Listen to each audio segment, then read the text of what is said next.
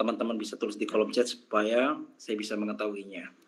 Ya, senang sekali teman-teman boleh ada di dalam kita malam hari ini, khususnya bersama komunitas Wonder of Jesus ya teman-teman ya. Dan ini kita boleh diberi waktu oleh Tuhan dari berbagai-bagai tempat untuk kita beribadah bersama-sama, sekalipun lewat online teman-teman.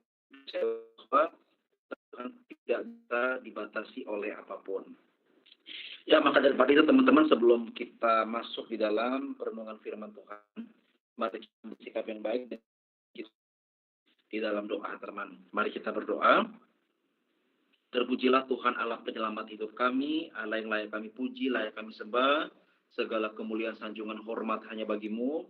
Kami bersyukur ya Tuhan, pada malam hari ini kami semua boleh ada sebagaimana kami ada, itu semua karena kasih karunia, karena anugerah, dan juga karena belas kasihan Tuhan semata-mata. Tuhan, kami telah datang kepadamu, kami telah memuji memuliakan namamu, dan kini tiba saatnya ya Tuhan untuk kami akan dengar sabda manismu, firman Tuhan yang berkuasa sanggup untuk memulihkan dan menolong kami.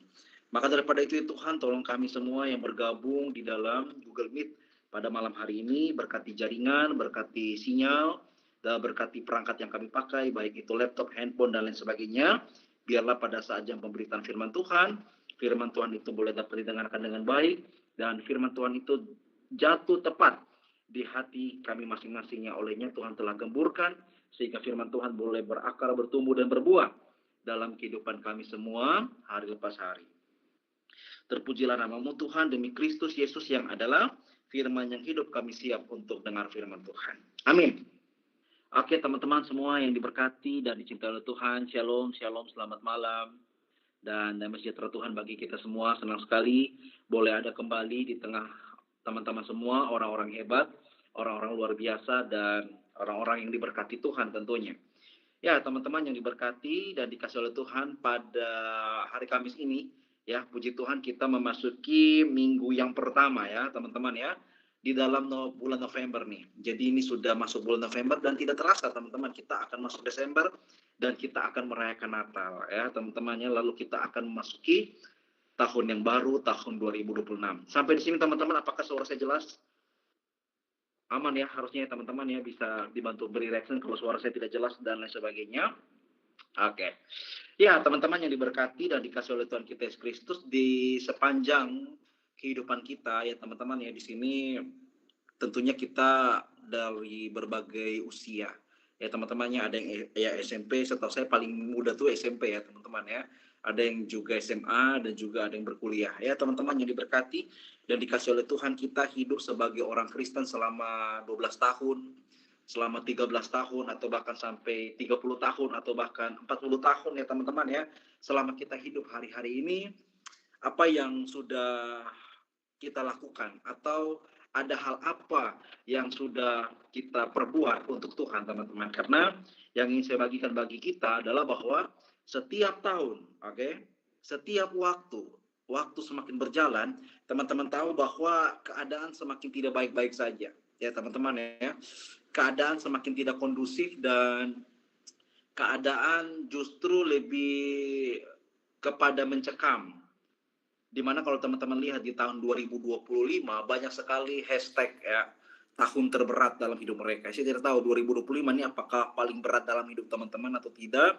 Tapi satu hal yang pasti ialah bahwa seberat-berat apapun hidup yang kita alami hari ini, Tuhan tidak pernah meninggalkan dan Tuhan tidak pernah berjalan sendiri. Dan satu hal yang paling luar biasa adalah bahwa Tuhan tidak pernah menolak dan membuang kita. Amin teman-teman ya. Tuhan tidak pernah membuang dan menolak kita. Jadi dalam perjalanan iman dan kehidupan kita, mungkin kita akan mendapatkan banyak penolakan nih. Mungkin kita akan dapat yang namanya ketidakpenerimaan dari orang lain. Ya kan, kita dikucilkan, kita dimarginalkan dan lain sebagainya. Tapi saudara yang diberkati dan dikasihi Tuhan, hanya Tuhan Yesus yang hari ini selalu ada bersama-sama dengan kita semua. Ya teman-teman, teks yang akan sama-sama kita belajar pada malam hari ini, teman-teman bisa buka Alkitab kita masing-masing teman-teman ya. Firman Tuhan pada malam hari ini terambil di dalam surat Rasul Paulus kepada jemaat di Filipi teman-teman. Ya. Atau dalam hal ini adalah surat Filipi, teman-teman. Surat Filipi pasalnya yang ketiga, mulai ayatnya yang ketujuh, teman-teman ya. Saya akan bacakan sampai ayatnya yang ke-12. Filipi pasal 3, teman-teman. Mulai ayat 7 sampai ayatnya yang ke-12. Ya, sampai 12 saja, teman-teman. Oke? Nanti setelah itu baru kita akan melihat bagian-bagian yang lain. Dan kalau teman-teman sudah mendapatkan bagian teks atau firman Tuhan ini, silakan berikan reaction teman-teman. Apakah teman-teman sudah mendapatkannya? Jika teman-teman sudah mendapatkannya ya, teman-teman bisa perhatikan Alkitab masing-masing dan saya akan membacakan bagi kita semua. Firman Tuhan di bawah perikop kebenaran yang sejati. Ayatnya yang ke-7. Tetapi apa yang dahulu merupakan keuntungan bagiku sekarang kuanggap rugi karena Kristus. Malahan segala sesuatu kuanggap rugi karena pengenalan akan Kristus Yesus Tuhanku lebih mulia daripada semuanya. Oleh karena dialah aku telah melepaskan semuanya itu dan menganggapnya sampah supaya aku memperoleh Kristus dan berada di dalam dia bukan dengan kebenaranku sendiri karena mentaati hukum Taurat, melainkan dengan kebenaran karena kepercayaan kepada Kristus, yaitu kebenaran yang Allah anugerahkan berdasarkan kepercayaan. Ayat 10, teman-teman, dari Filipi pasal 3, perhatikan baik. Yang ku kehendaki ialah mengenal dia dan kuasa kebangkitannya dan persekutuan dalam penderitaannya, di mana aku menjadi serupa dengan dia dalam kematiannya, supaya aku beroleh kebangkitan dari antara orang mati. Ayat 12. Bukan seolah-olah aku telah memperoleh hal ini atau telah sempurna, melainkan aku mengejarnya. Kalau aku dapat juga menangkapnya, karena aku pun telah ditangkap oleh Kristus Yesus. Ya, demikian jauh pembacaan firman Tuhan, saudara. Yang diberkati adalah setiap kita yang tidak saja mau baca, tapi juga mau merenungkan, teman-teman ya, dan juga memohon pertolongan Tuhan untuk kita bisa melakukan firman Tuhan ini tiap-tiap hari di dalam kehidupan kita semua. Terpujilah nama Tuhan. Ya, teman-teman yang diberkati dan dikasihi Tuhan, sekali lagi shalom ya, damai sejahtera Tuhan bagi kita semua. Dan sekali lagi saya bersyukur teman-teman boleh ada di tengah teman-teman hari ini untuk membagikan kabar baik.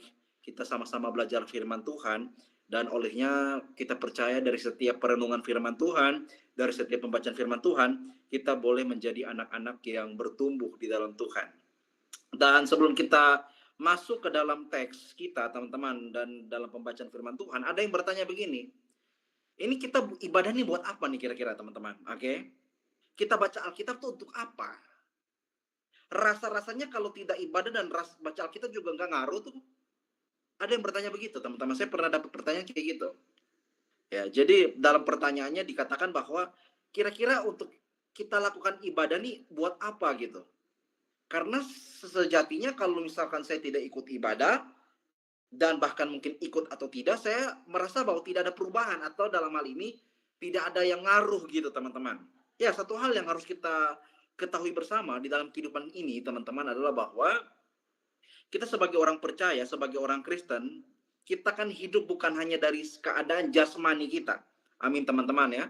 Tapi dalam keadaan apa? Dalam keadaan rohani.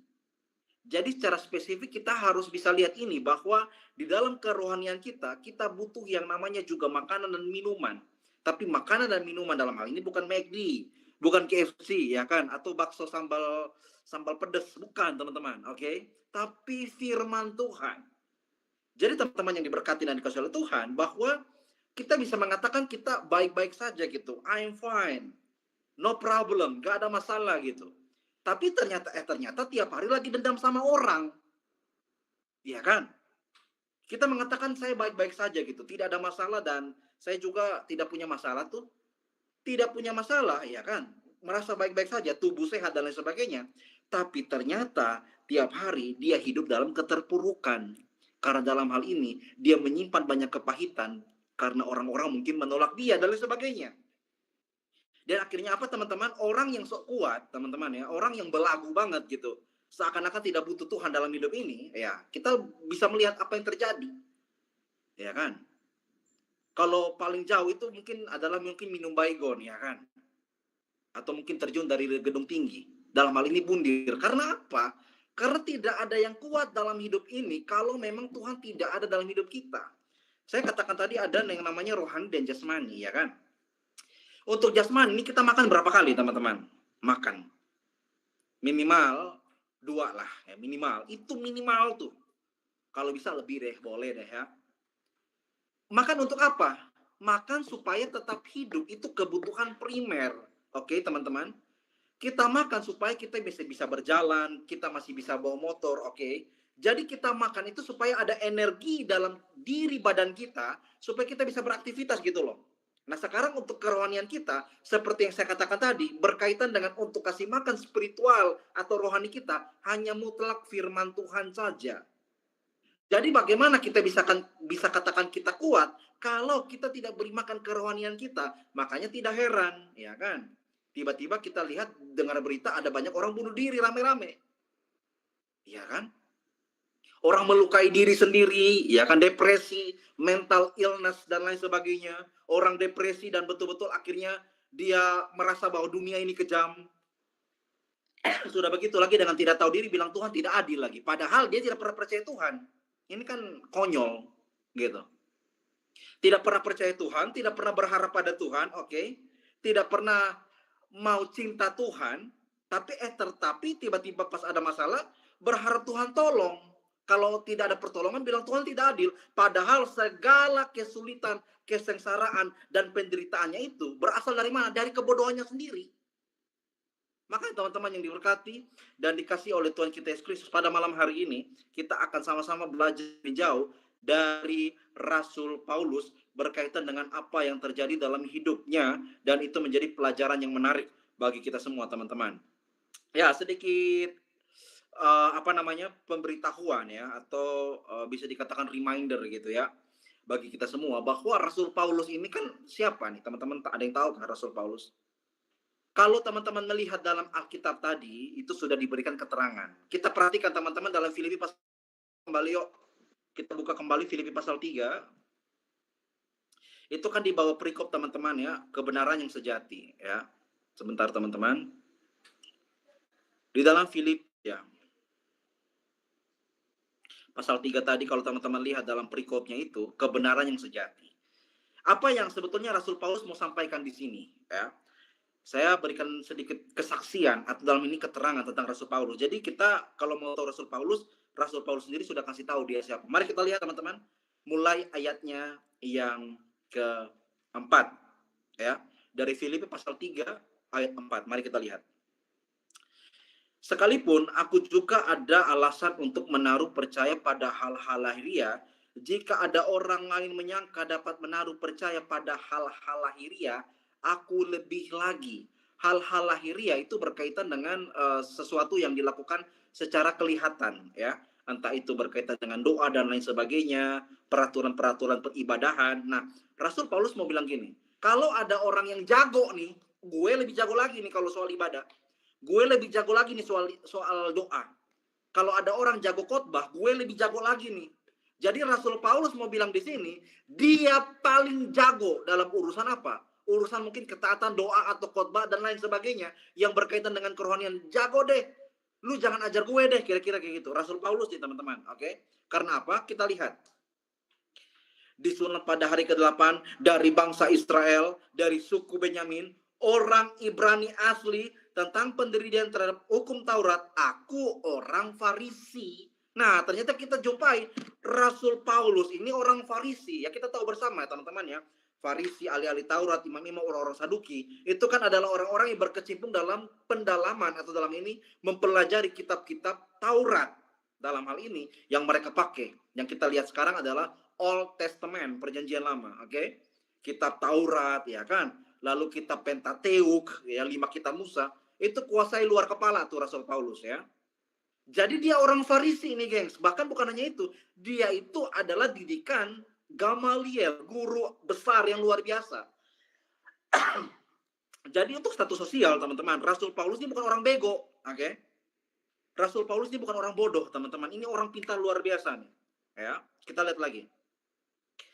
Apalagi di sana ayat yang ke-6 tentang kegiatan aku penganiaya jemaat. Nah, teman-teman perlu disinyalir ya, penganiayaan jemaat ini artinya apa? Rasul Paulus ini kan adalah adalah merupakan bagian dari orang-orang yang menganiaya orang Kristen pada waktu itu. Kita tahu sejarahnya, pertobatannya Rasul Paulus dalam Kisah Para Rasul dijelaskan bahwa dia itu bertobat depan pintu gerbang Damsyik saat dia berjumpa dengan Kristus, ya kan? Kristus menyatakan dirinya kepada Rasul Paulus, dan kita lihat di sana teman-teman, Rasul Paulus juga menjadi orang yang ikut dalam kegiatan menganiaya jemaat Tuhan. Dalam hal ini adalah pengikut-pengikut Kristus yang disebut dengan Kristen. Karena pada waktu itu Kristen disebut dengan satu sekte ya, yang sesat karena menyembah manusia, yaitu Yesus Kristus.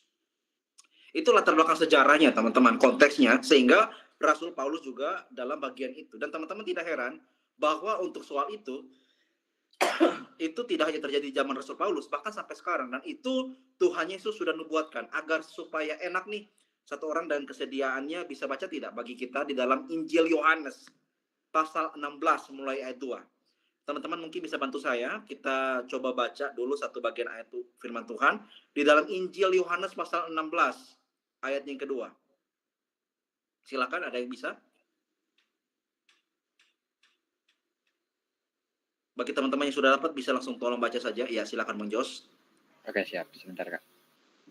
Yohanes 16 ayat yang kedua.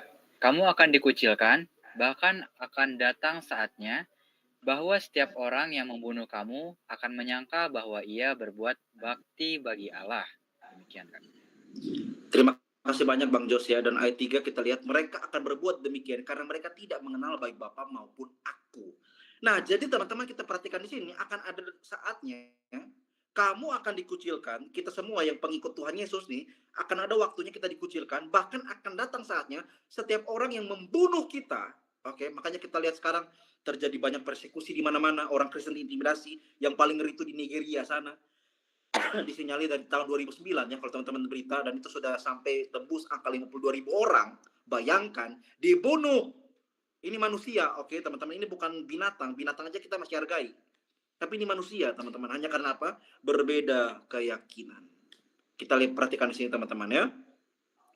Dan bahkan yang lebih uniknya, mereka menyangka berbuat bakti bagi Allah. Jadi kalau orang misalkan bunuh orang Kristen, mereka sementara mengira mereka itu lagi berbuat bakti bagi Allah.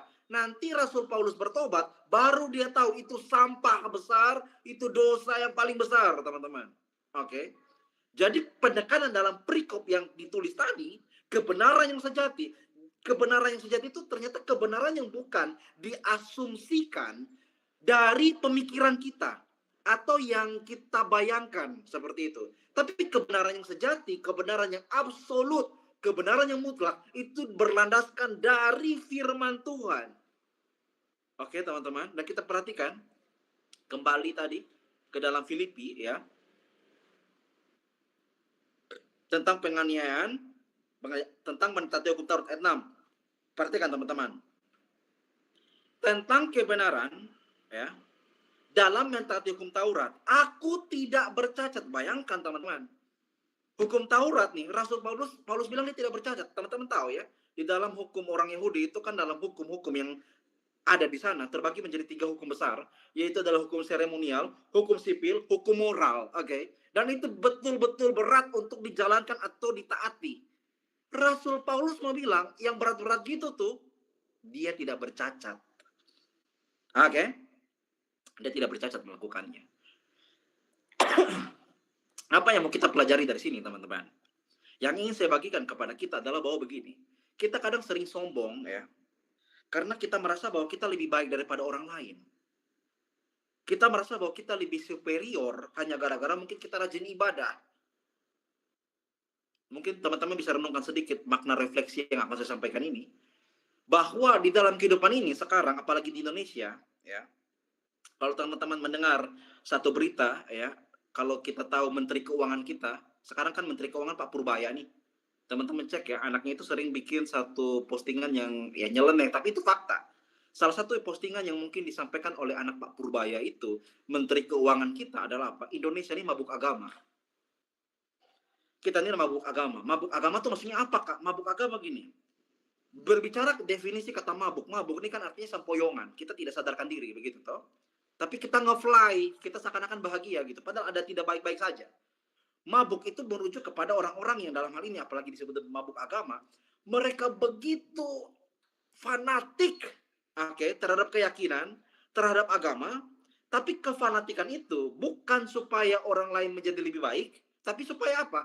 Supaya orang bisa sama dengan mereka, sependapat dengan mereka, dan kalau tidak sependapat apa yang terjadi? Mereka akan cap kafir, ya kan? Mereka akan cap bukan bagian dari Tuhan, atau bahkan mereka sebutkan kita adalah orang-orang ateis dan lain sebagainya.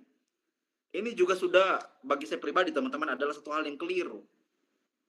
Karena kita lihat sendiri teman-teman, orang mabuk agama saking supaya orang itu bisa ikut kepercayaannya, rela melakukan apapun, termasuk mungkin dengan persekusi atau pembunuhan. Ini realita yang terjadi di Konoha ya teman-teman ya, atau di Wakanda deh gitu ya, hampir aja kena.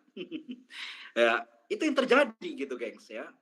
Dan tidak bisa dipungkiri, kita juga dalam hal seperti itu, mungkin sebagai orang-orang Kristen. Saya pernah dapat berita, teman-teman, saya dapat berita ya. Saya harap mungkin teman-teman The Wonder of Jesus tidak kayak gitu ya. Beritanya adalah apa? Beritanya adalah gitu, yang tadi saya posting mungkin di Instagram. Ada orang yang bercerita, Kak, saya kan mau ikut ibadah nih. Ya kita sebut saja lah ibadah entah online atau offline, kita samakan saja lah. Dia mau ikut ibadah, teman-teman, tapi nggak diajak nih. Bayangin, teman-teman tahu ya.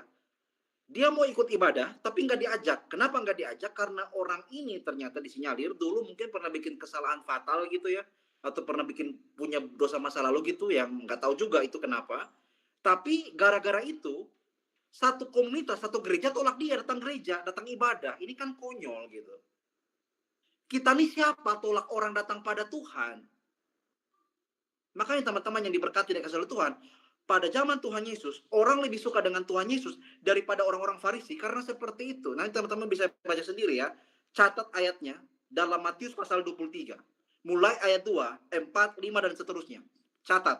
Itu nanti teman-teman bisa baca sendiri di rumah. Tuhan Yesus kecam. Ini orang-orang Farisi, ahli-ahli Taurat, imam-imam. Kenapa tidak disukai? Padahal mereka berjubah keagamawian. Mereka berjubah kerohanian.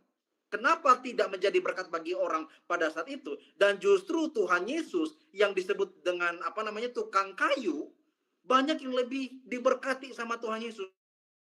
Ahli Taurat ini menjadi iri, kok bisa gue yang sekolah teologi, lu yang dapat pelayanan, kira-kira kayak gitu. Kenapa seperti itu? Karena pada dasarnya, pada hakikatnya, dalam menjalankan ritual agamawi mereka, mereka menjalankan hanya sebagai topeng dan formalitas, tapi dengan tidak bertobat sungguh-sungguh. Itu perhatikan. Tidak bertobat sungguh-sungguh. Makanya Tuhan Yesus bilang, ikut apa yang mereka bicarakan, tapi jangan ikut apa yang mereka lakukan. Karena mereka mengatakannya, tapi tidak melakukannya, omdo. Dan itu yang terjadi hari-hari ini. Orang-orang, anak-anak muda sekarang tidak lagi mau datang gereja, ya kan? Bukan karena gereja jauh. Orang-orang di dalam itu terlalu toksik, terlalu merasa diri terlalu sempurna, dan menganggap diri itu lebih suci daripada orang lain. Padahal kamu juga tuh dulu sampah. Kamu juga dulu tuh adalah orang yang parah punya gitu. Tapi kalau kamu udah tahu, kamu dikasihani Tuhan, kamu didaur ulang menjadi lebih baik, kamu tidak mempunyai hak untuk menganggap diri kamu lebih baik daripada orang lain. Karena pada dasarnya dulu juga kamu sampah. Itu saya agak kesel teman-teman. Kok bisa? Kok bisa ada orang mau datang pada Tuhan? Ini bukan hanya nggak diajak loh, tapi ditolak waktu dia datang. Bayangkan. Hanya gara-gara mungkin dia punya pengalaman masa lalu atau dia berdosa. Lah kamu tidak berdosa ya? Kalau saya jadi posisi dia, saya tanya mereka semua, kalian tidak berdosa ya? Ada tidak yang tidak berdosa di sini? Teman-teman, kita semua ini pendosa, ya kan? Hanya bedanya ada yang sudah ketahuan, ada yang belum ketahuan. Tinggal tunggu tanggal main saja kapan ketahuan. Makanya jangan terlalu sombong deh. Ini untuk pelajaran bagi saya pribadi, teman-teman semua. Saya secara pribadi, teman-teman ya, sekolah teologi dan akhirnya puji Tuhan ya, bisa sampai seperti saat ini. Saya bergumul dan berdoa, Tuhan tolong cabut segala kesombongan rohani, cabut segala keangkuhan-angkuhan, agar apa? Bisa tetap rendah hati. dan sampaikan firman yang murni kepada siapapun. Karena pada dasarnya, pada akhirnya harus Tuhan Yesus yang dimuliakan, teman-teman. Bukan orang lain. Bukan the wonder of Jesus, bukan Jericho, bukan siapapun. Hanya only Jesus Christ. Amin, teman-teman. Jadi teman-teman perhatikan di sini, kita lihat tentang Rasul Paulus tadi, ya. Dia merasa dia hebat, dia merasa dia suci. Nanti kita lihat, kalau bertobat baru dia tahu dia orang paling berdosa. Mau ayatnya? Mari kita buka. Di dalam 1 Timotius 1, coba perhatikan teman-teman. 1 Timotius 1, ya.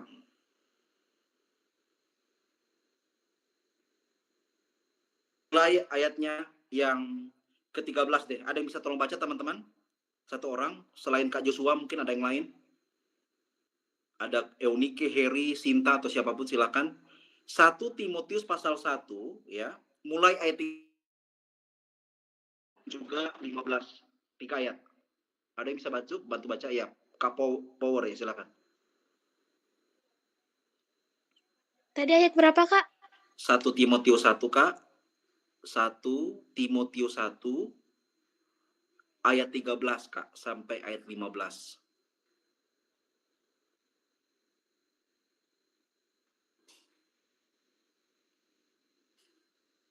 Bisa, Kak? Oke, mungkin karena jaringannya teman-teman ya. Ya, saya bacakan aja bagi kita. Teman-teman perhatikan ya. 1 Timotius pasal 1 ayat 13. Ini Rasul Paulus ngomong gini. Aku yang tadinya seorang penghujat, seorang penganiaya, dan seorang yang ganas, tetapi aku telah dikasihaninya karena semuanya itu telah kulakukan tanpa pengetahuan di luar iman. Itu yang Rasul Paulus bilang tadi di Filipi. Kebenaran berdasarkan anugerah yang Allah berikan. Jadi kebenaran itu bukan dari perspektif asumsi dia, tapi dari kebenaran firman Tuhan yang dinyatakan kepada Rasul Paulus. Kita perhatikan di sini. Ya. Malah kasih karunia Tuhan kita itu telah dianugerahkan dengan limpahnya kepadaku dengan iman dan kasih dalam Kristus Yesus. Perhatikan 15 yang begitu kontras tadi dalam Filipi pasal 3 ayat 4, 5 dan 6. Kita perhatikan. Perkataan ini benar dan patut diterima sepenuhnya. Kristus Yesus datang ke dunia untuk menyelamatkan siapa? Orang berdosa dan apa? Dan di antara mereka akulah yang paling berdosa. Tadi bilang gak bercacat tuh, bikin hukum Taurat, lakukan hukum Taurat, gak bercacat tuh. Bahkan melakukan hal lahiriah, aku lebih lagi. Tapi dalam teks ini teman-teman, dia bilang apa? Setelah dia bertobat, akulah yang paling berdosa. Jadi teman-teman tahu, semakin orang kenal Tuhan, semakin orang tahu Tuhan dan percaya Tuhan, bukan membuat dia semakin sombong harusnya, tapi semakin rendah diri, rendah hati, bahwa dia adalah juga orang yang paling berdosa, teman-teman. Sehingga apa? Sehingga dia butuh dikasihani, dia butuh pertolongan Tuhan. Dan akhirnya kita lihat apa? Satu hal yang menjadi luar biasa, ayat 16. Tetapi justru karena aku dikasihani, agar dalam diriku ini sebagai orang yang paling berdosa, Yesus Kristus menunjukkan seluruh kesabarannya. Dengan demikian, aku menjadi apa? Contoh bagi mereka yang kemudian percaya kepadanya dan mendapat hidup yang kekal. Oke, Tuhan, saya adalah orang paling berdosa, tapi terima kasih Tuhan karena telah angkat saya dan menjadikan saya contoh bagi banyak orang. Amin, teman-teman. Jadi untuk kita semua, tidak peduli kalian dari mana, tidak peduli mungkin minta maaf kalian dari desa, dari pedalaman, dari kampung, dari manapun, tidak peduli. Oke? Tidak peduli kalian ini anak yatim piatu, ya kan? Atau mungkin dalam hal ini anak broken home. Tidak peduli kalian kondisinya itu gimana, tidak peduli. Tapi kalau Tuhan mau pakai kita, Tuhan akan pakai luar biasa. Amin, teman-teman. Karena pada dasarnya, pada faktanya, tokoh-tokoh dalam Alkitab juga bukan orang-orang yang luar biasa. Oke, bukan orang-orang luar biasa semua. Apalagi contohnya Rasul Paulus yang kita soroti, dari seorang pembunuh, teman-teman, penganiaya jemaat, dipakai Tuhan menjadi rasul besar. Bahkan dalam 27 kitab perjanjian baru, oke, the New Testament, ya, 13 diantaranya Rasul Paulus yang tulis. Itu good game sih, GG ya teman-teman ya. Bagaimana seorang yang dicap parah-parah, tapi ternyata kalau Tuhan pakai bisa menjadi luar biasa.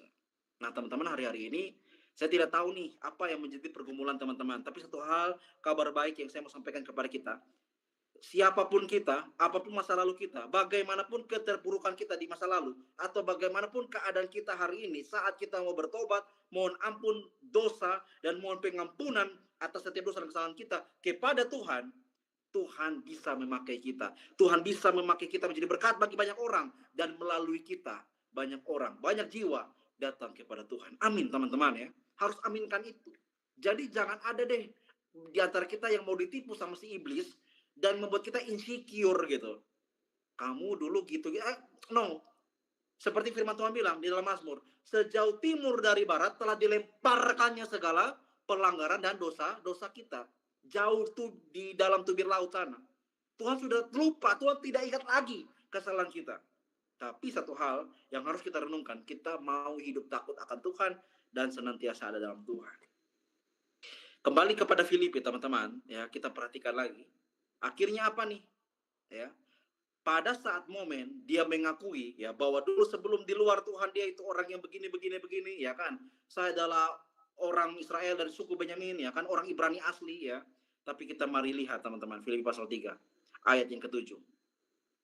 Dibilang apa? Tetapi apa yang dahulu merupakan keuntungan bagiku, sekarang kuanggap rugi karena Kristus. Amin, teman-teman. Dulu ke clubbing, oke. Dulu ke klub malam, dulu main cewek, ya kan? Apalagi nih? Dulu pornografi, ya kan? Atau dulu isap rokok, minum mabok dan lain sebagainya. Itu semua kuanggap rugi, bahkan kuanggap sampah. Amin, teman-teman. Karena apa? Karena pengenalan akan Yesus Tuhanku lebih mulia daripada semuanya. Jadi kita lihat di sini, teman-teman. Perhatikan baik. Yang dulu merupakan keuntungan bagiku, sekarang ku anggap rugi. Dulu tuh, kiranya untung, padahal rugi besar dulu, ya. Malahan segala sesuatu ku anggap rugi karena pengenalan akan Kristus Yesus Tuhanku lebih mulia daripada semuanya. Oleh karena dialah aku telah melepaskan semuanya itu dan menganggapnya sampah. Ini ciri orang bertobat sungguh-sungguh nih. Amin, teman-teman. Tidak bermain dua kaki. Benar-benar sungguh-sungguh only Jesus Christ, hanya pada satu prinsip yang sama, yaitu Tuhan Yesus, ya. Dia menganggapnya semua itu sampah. Jadi dalam posisi adalah bahwa kalau kudus betul-betul, kalau mau dosa ya dosa betul-betul, jangan main dua kaki deh. Oke. Main dua kaki seakan-akan di sisi lain hari ini pelayanan, di sisi lain pulang melawan orang tua lagi, ya kan? Hari ini kita datang ibadah, tapi selesai ibadah kita menjadi kita menjadi batu sandungan bagi orang lain karena kita tipu sana sini. Pulang ibadah bukan jadi berkat, kita malah maki orang. Nah, itu kan seperti itu. Akhirnya apa? Orang-orang mulai bertanya-tanya, kok bisa ya ikut ibadah kayak gitu? Karena pada hari ini, teman-teman, orang lebih menekankan apa? Perubahan tindakan nyata. Bukan pada banyaknya omon-omon atau kata-kata. Percayalah deh, anak-anak muda sekarang, ya kan? Lebih suka kepada tindakan real yang kamu lakukan daripada sekadar banyak kata-kata gitu. Karena orang ingin tindakan konkret. Nah, makanya pada itu teman-teman kita perhatikan ya. Oleh karena dialah dan oleh karena Tuhanlah, dia bisa melepaskan semuanya itu. Hari ini kalau teman-teman tidak bisa lepas, berdoa terus sampai Tuhan bisa lepaskan kalian. Oke, teman-teman, dan saya percaya Tuhan bisa lepaskan kalian dari segala keterikatan dosa itu. Berdoa, Roh Kudus tolong, ya. Dan sekali lagi ini yang penting, berada dalam dia bukan dengan kebenaranku sendiri karena mentaati hukum Taurat. Jadi kita lihat di sini ya, berada di dalam Tuhan ya, bukan karena kebenarannya sendiri. Dia kira bisa selamat karena berbuat baik. Dia kira bisa selamat karena amal saleh. Dia kira bisa selamat kalau dia taat orang tua. Tidak seperti itu. Itu adalah merupakan ungkapan syukur. Tapi yang paling penting di dalam kebenarannya adalah apa? Adalah ini. Bahwa kebenaran itu adalah apa? Kita lihat tadi ayatnya ke-9 ya. Melainkan apa? Dengan kebenaran karena kepercayaan kepada Kristus. Bandingkan dengan Efesus pasal 2. Mulai ayatnya yang ke-8 dan 9 ya. Teman-teman akan menjumpai